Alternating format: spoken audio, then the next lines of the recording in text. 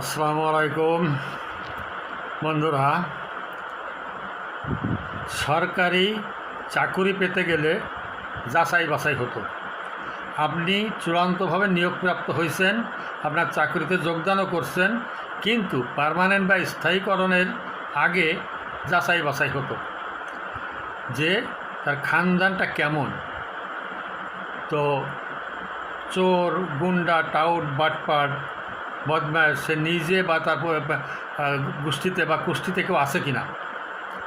যদি থাকতো তাহলে তার চাকরি পার্মানেন্ট হতো না। কারণ সরকারি যে কোনো দায়িত্ব কাউকে দিতে গেলে তার তো আসলে চারিত্রিক বিষয়টা, তার স্বভাবটা দেখা দরকার। এই কারণেই ভেরিফিকেশন হতো বা যাচাই বাছাই হতো। আর এখন যাচাই বাছাই হয় নোটের বিনিময়। সুতরাং সরকারি প্রত্যেকটা অফিসে আপনি সেবা নিতে গেলে ওই নোট প্লাস দুর্ব্যবহার। তার কারণ সে তো শিখে আসে না এই পরিবার থেকে, তো ওই জাতের না।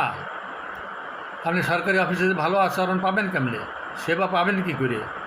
তার তো যাচাই বাছাইটা ওইভাবে হয়েছে, তার নিয়োগটাই ওইভাবে হয়েছে।